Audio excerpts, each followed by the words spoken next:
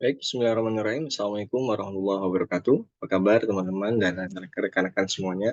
Semoga selalu sehat dan selalu dalam lindungan Allah Subhanahu wa taala. Baik, welcome back to my channel Kelas Mister Iman. Kembali lagi di channel saya Kelas Mister Iman. Hari ini kita akan bahas seri pengantar ekonomi. Insya Allah mudah-mudahan akan beberapa episode yang akan kita bahas. Yang pertama ini sedikit terkait dengan pengantar ilmu ekonomi dulu. Nah, baik teman-teman semuanya, saya disclaimer dulu. Ya, mungkin apa yang saya bahas mungkin tidak sama, mungkin agak berbeda atau mungkin tidak sepenuhnya sama dengan apa yang teman-teman pelajari. Tapi mudah-mudahan ini bisa membantu teman-teman dalam belajar terkait materi ekonomi. Yang kedua, disclaimer-nya, saya tidak ada niat untuk mengajari atau menggurui, namun di sini niat saya berbagi, ya, berbagi untuk kita belajar bersama dan sama-sama belajar. Ya. Baik teman-teman, kita mulai untuk seri pengantar ekonomi episode pertama ini. Oke, baik teman-teman.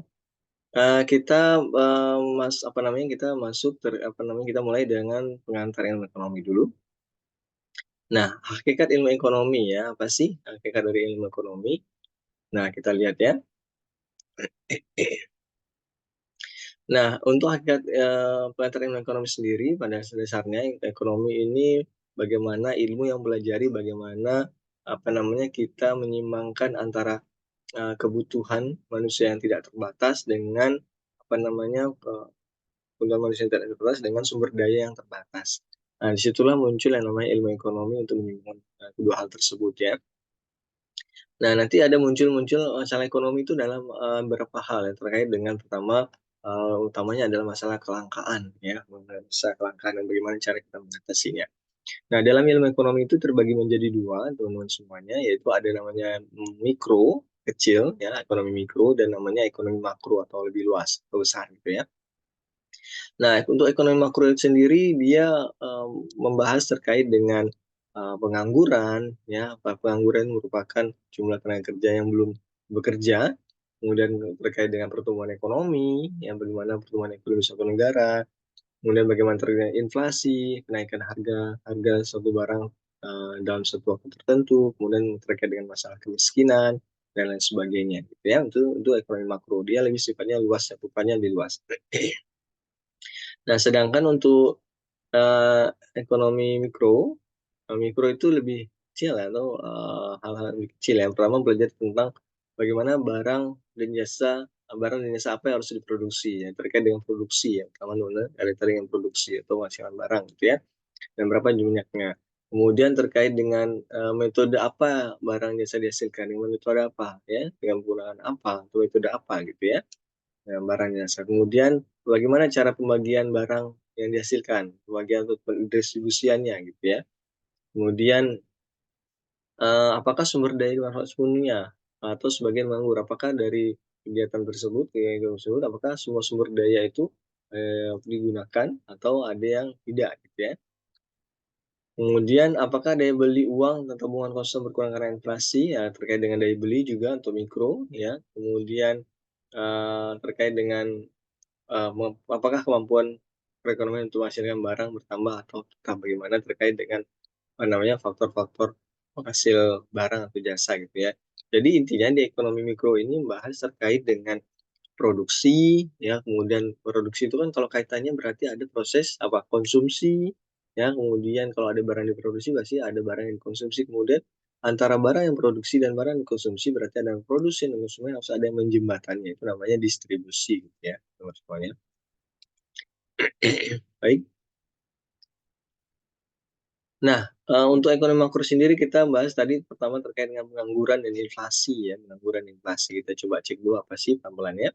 Ini baru pengantar teman-teman ya gambarannya.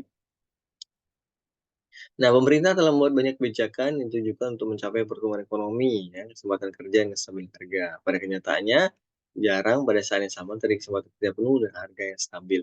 Nah, memang pemerintah dalam hal ini sudah berusaha sepenuhnya untuk membuat kebijakan ditujukan apa? Untuk bagaimana ekonomi itu tumbuh, ya, ada terjadi pertumbuhan ekonomi, bagaimana adanya kesempatan kerja dalam artian bahwa mengusahakan lapangan kerja itu semakin banyak dan mengusahakan angkatan kerja itu terserap semuanya dan juga berusaha untuk menstabilkan atau menjaga kestabilan harga. Namun ya pada kenyataannya memang kondisinya tidak selalu ideal ya, kondisinya tidak selalu ideal. Jarang pada saat yang sama terjadi kesempatan kerja penuh dan harganya stabil ya. Jadi memang, tidak selalu ideal pada saat tersebut, biasanya juga tidak semuanya atau jarang ya, semuanya kesempatan kerja penuh itu terpenuhi. Dalam artian semua angkatan kerja itu, orang yang semua angkatan kerja itu terserap semuanya dan terjadinya kestabilan harga gitu ya. Dan memang dari yang telah ditentukan atau ditetapkan ini, jarang pada saat yang sama itu terjadi kesempatan kerja penuh, semuanya tidak menganggur dan jadi harga yang stabil tadi, ada kurang stabil atau sedikit atau banyak terjadi ya. Makanya memang selalu juga pemerintah untuk melakukan hal-hal untuk menjaga pertumbuhan ekonomi, untuk membuka kesempatan kerja yang luas dan menjaga kestabilan harga. Nah, baik. Nah, pertama, bagaimana timbulnya pengangguran dan inflasi yang terlalu tinggi ya, dan bagaimana cara mengatasinya? Apakah tingkat pengangguran masih seharusnya 0%? Nah, kita lihat nih. Bagaimana timbulnya pengangguran ya? Kok pengangguran itu bisa timbul atau muncul sih? Dan inflasi yang terlalu tinggi itu bagaimana cara mengatasinya gitu kan? Nah, kemudian apakah tingkat pengangguran dan inflasi itu harus 0%? Nah, apakah benar nih, benar pengangguran harus 0% atau inflasi harus 0%? Lihat ya. Kemudian berapa tingkat inflasi yang harus dapat diterima? Kemudian dapatkah saudara mengendalikan inflasi? Nah, pertanyaan tersebut menuntut melakukan perubahan lingkungan perekonomian. Dalam hal ini, teman-teman semuanya, hal-hal ini, pertanyaan-pertanyaan tersebut menuntut dilakukan perubahan lingkungan perekonomian. Jadi misalnya gambarannya terkait dengan pengangguran, terkait dengan inflasi, ya, bagaimana pemerintah menciptakan lingkungan ekonomi yang baik sehingga masalah-masalah ini bisa dapat teratasi, gitu ya gambarnya. Nah, kemudian, masalah pertumbuhan ekonomi ya. Nah, kalau saya sebelumnya ini, sebelum kita lanjutkan, kalau saya tanya dulu, teman-teman semuanya tahu nggak nih pertumbuhan ekonomi Indonesia berapa nih? Ya, jangan-jangan nggak tahu juga nih pertumbuhan ekonomi Indonesia berapa nih. Pertumbuhan ekonomi di provinsi masing-masing tahu nggak nih kira-kira? Oh, nggak tahu ya. Kalau di kotanya masing-masing tahu? Nah, kira-kira sampai berapa jauh pertumbuhan ekonomi yang sebenarnya yang kita inginkan? Kalau kita saat ini kan posisinya pertumbuhan ekonomi sekitar 5-6% ya gambarannya. Nah, di negara-negara yang perekonomian maju pesat itu bisa sampai 8 atau bahkan mungkin 2 digit ya, itu luar biasa sekali ya, pernah terjadi ya, beberapa negara maju ya. Nah, kemudian, sampai berapa ya kira-kira? Nah, kemudian bagaimana kita dapat mempertahankan dan melanjutkan pertumbuhan ekonomi? Tadi seberapa jauh pertumbuhan ekonomi yang sebenarnya kita inginkan? Berapa sih harusnya ideal berapa? Apa 7% atau 8%? Biasanya target-target pemerintah itu biasanya sekitar 7-8%, itu udah sangat, lumayan bagus ya. Nah, memang pada saat ini, pencapaiannya, masih sekitaran 5 ya, 5-6%. Tapi insyaallah mudah-mudahan kita doakan negara kita bisa tumbuh ya, mungkin mudah-mudahan bisa sampai 2 digit gitu ya. Kemudian bagaimana kita dapat mempertahankan pertumbuhan ekonomi ya. Nah, mencapai itu katanya lebih sulit daripada mempertahankan itu katanya lebih sulit daripada menggapai gitu ya. Biasanya ketika sudah tinggi apakah kita bisa, mempertahankan pertumbuhan ekonomi yang baik itu ya. Yang berarti harus menjaga terus kestabilan ya. Nah, kemudian pertanyaan ini merupakan pertanyaan yang sangat mendasar mengenai penggunaan sumber daya masyarakat. Ya. Jadi nanti terkait dengan pertumbuhan ekonomi itu semuanya terkait dengan penggunaan sumber daya yang ada di masyarakat. Bagaimana ketika pertumbuhan ekonomi itu tumbuh dengan baik, maka lapangan kerja akan terserap, pengangguran akan berkurang, dan pasti ujung-ujungnya kemiskinan juga akan dihentaskan atau dihilangkan gitu ya gambarannya. Oke, lanjut. Nah, masalah kemiskinan nih. Nah, kemiskinan ya. Nah, kemiskinan merupakan suatu persoalan utama di banyak negara ya, teman-teman ya. Memang kemiskinan ini persoalan tidak hanya di negara berkembang, tapi juga di negara maju juga ada gitu ya gambarannya. Nah, tapi pasti lebih banyak di daerah negara berkembang maupun negara yang masih miskin gitu ya. Kemiskinan merupakan suatu persoalan utama yang banyak negara. Bagaimana kemiskinan terjadi? Kira-kira kok bisa sih kemiskinan terjadi? Siapa sih yang miskin gitu ya? Nah, ini maksudnya gimana nih, Pak? Ya. Ya, apa yang membuat mereka miskin? Nah, kemudian pertanyaan selanjutnya, apa yang membuat mereka miskin? Kok bisa miskin gitu kan? Kemudian apakah kemiskinan akan hilang dengan sendirinya? Nah, bagaimana menghilangkan kemiskinan? Ya. Kemudian apakah pemerataan pendapatan dapat terwujud?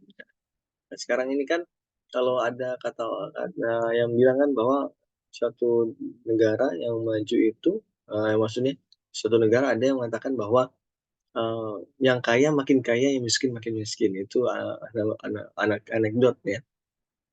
Nah, bagaimana orang yang kemungkinan di bawah taraf hidup yang miskin bisa, apa namanya, keluar dari lingkaran, katakanlah lingkaran setan maksudnya ya, dalam artian lingkaran siklus itu ya, bagaimana dia bisa keluar gitu ya. Nah, salah satunya adalah dengan pendidikan teman-teman ya. Yang satunya adalah dengan pendidikan, maka ada pepatah mengatakan bahwa pendidikan adalah jembatan nasib. Ketika kita, apa namanya, menempuh pendidikan yang lebih tinggi, maka insya Allah nasib kita juga akan lebih baik gitu ya. Allah akan mengangkat derajat, apa namanya, mengangkat orang yang punya ilmu gitu ya. Nah, jadi teman-teman semuanya jangan merasa khawatir ya, tetap semangat dalam artian, nah, mungkin kita tidak pernah bisa memilih dari keluarga mana kita dilahirkan. Mungkin saat ini kita keadaannya, apa namanya, membutuhkan atau mungkin sulit gitu ya.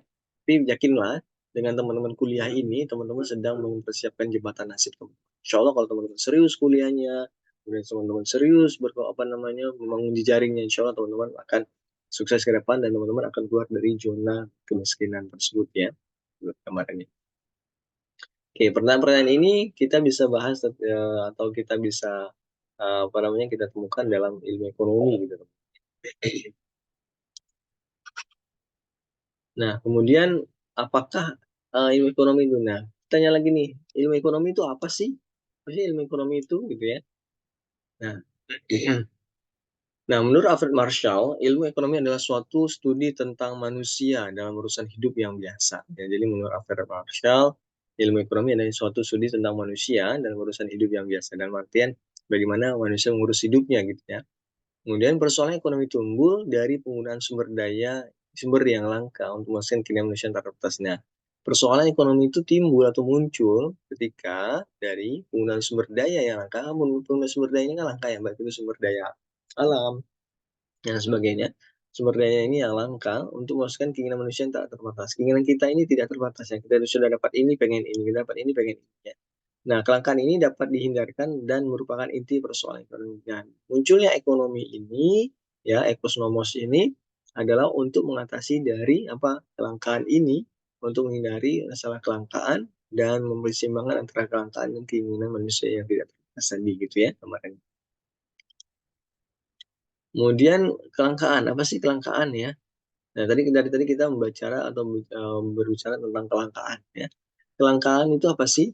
Ya, kelangkaan itu sehubungan dengan keinginan manusia di mana, penyediaan sumber daya yang tersedia di saat ini sangat tidak mencukupi ya, sangat tidak mencukupi itu dalam artian, karena jumlah manusia terus bertambah, dan sedangkan, sumber daya itu tetap gitu ya, maka diperlukan berlipat ganda output perekonomian yang ada untuk menghasilkan cukup banyak barang dan jasa untuk kita semua orang mengonsumsi jumlah tersebut.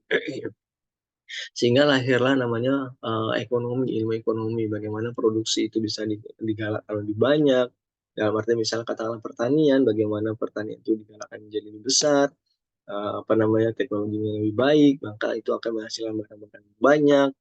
Nah, itu akan memungkinkan mengkonsumsi jumlah yang banyak juga, orang yang mengkonsumsi jumlah tersebut juga semakin meningkat juga. Nah, jadi situ ya.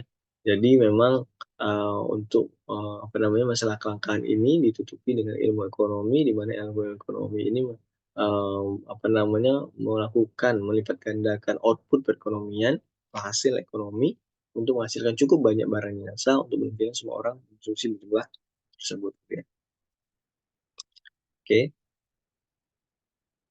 Nah, pilihan itu apa sih?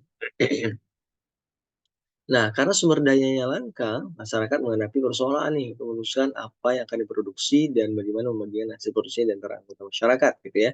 Kemudian kelangkaan mengharuskan adanya pilihan, maka pilihan berarti adanya pengorbanan. Nah, gini ya teman-teman, masalah kelangkaan ini, bagaimana, kita memutuskan, ya, manusia memutuskan, kita memutuskan, karena ada kelangkaan ini, bagaimana produksi mana nih, produksi mana yang akan kita, lakukan gitu ya. Nah, karena sumber daya langka, masyarakat menghadapi persoalan untuk memutuskan nih, apa yang harus diproduksi nih, ya, kita harus produksi apa, dan bagaimana cara membagi produksi itu kepada masyarakat, ya. Nah, kelangkaan ini mengharuskan adanya pilihan, ya, maka pilihan berarti ada pengorbanan, ya. Ketika ada pilihan, maka pengorbanan untuk melakukan produksi barang dan jasa tersebut juga harus dilakukan, ya, gambarannya. Nah, kelangkaan ini juga biasa disebutkan dengan istilah scarcity ya, kelangkaannya. Nah, bagaimana nanti dalam perdagangan internasional itu ada namanya dalam memutuskan produksi mana yang harus diisi, misalnya, oh Indonesia itu kuatnya di produksi misalnya apa namanya, barang tambang misalnya katakanlah ya.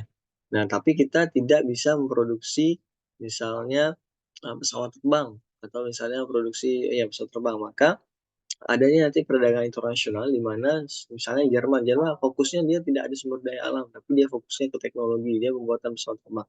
Maka dia akan fokus produksi ke pesawat terbang. Nah, kita produksi misalnya, fokus pada produksi misalnya katakanlah, pertanian lah, katakanlah pertanian, misalnya pertanian jagung misalnya. Maka di situ nanti terjadi perdagangan internasional terhadap kedua negara, di mana setiap negara tidak bisa memproduksi semua barang yang dia punya karena masing-masing punya keunggulan komparatif dan keunggulan keunggulan ya, banyak sekali keunggulan sehingga bisa nanti saling, apa namanya, melakukan transaksi internasional, perdagangan internasional ya, gitu.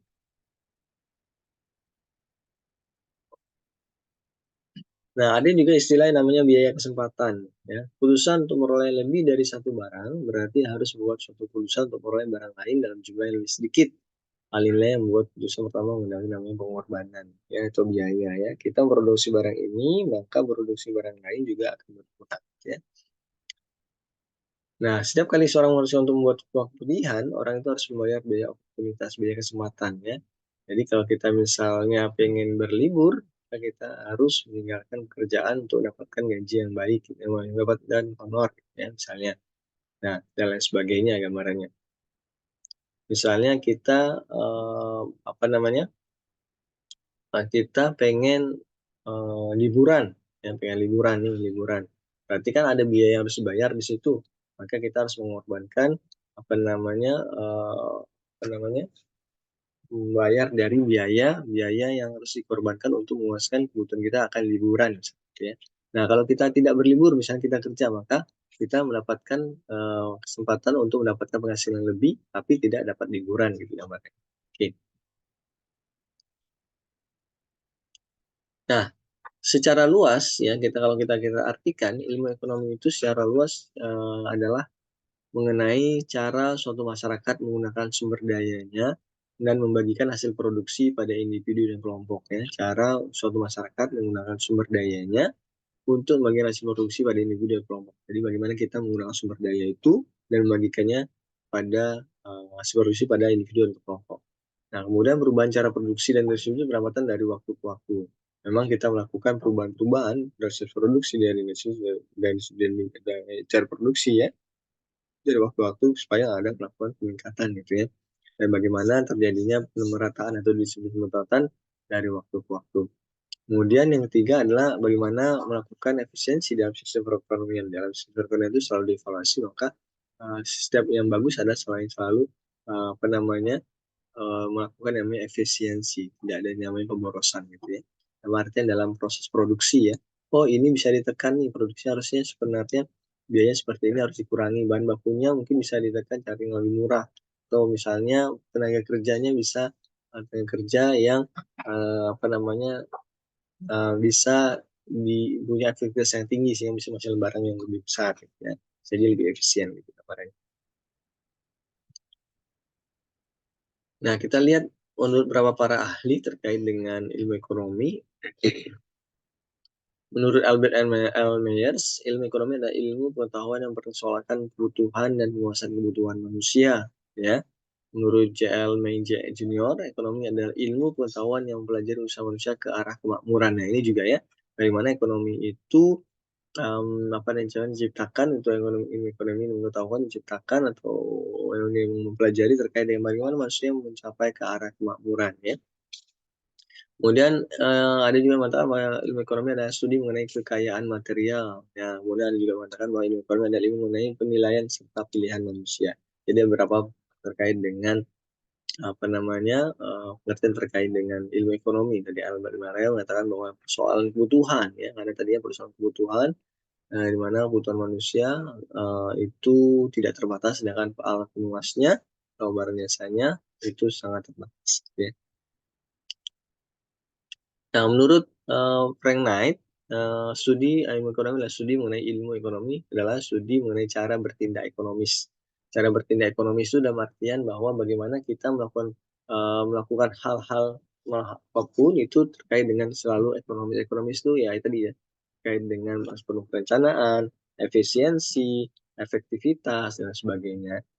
Nah, itu gambarannya. Bagaimana? Seperti itu.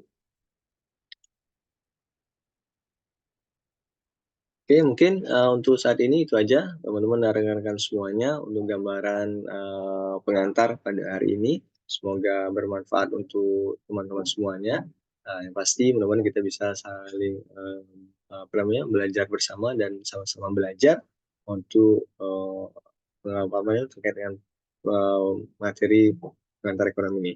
Jika teman-teman, ada tambahan atau ada yang ingin ditambahkan terkait materinya, silakan bisa apa namanya, diketik di kolom komentar. Baik teman-teman dan rekan-rekan semuanya, terima kasih atas segala perhatian. Mohon maaf kalau nggak ada kekurangan penyampaian dari saya, maupun kekurangan dari materi yang disampaikan. Terima kasih, insya Allah panjang umur sehat badan, kita ketemu lagi di episode-episode berikutnya. Terima kasih, saya akhiri. Assalamualaikum warahmatullahi wabarakatuh. See you.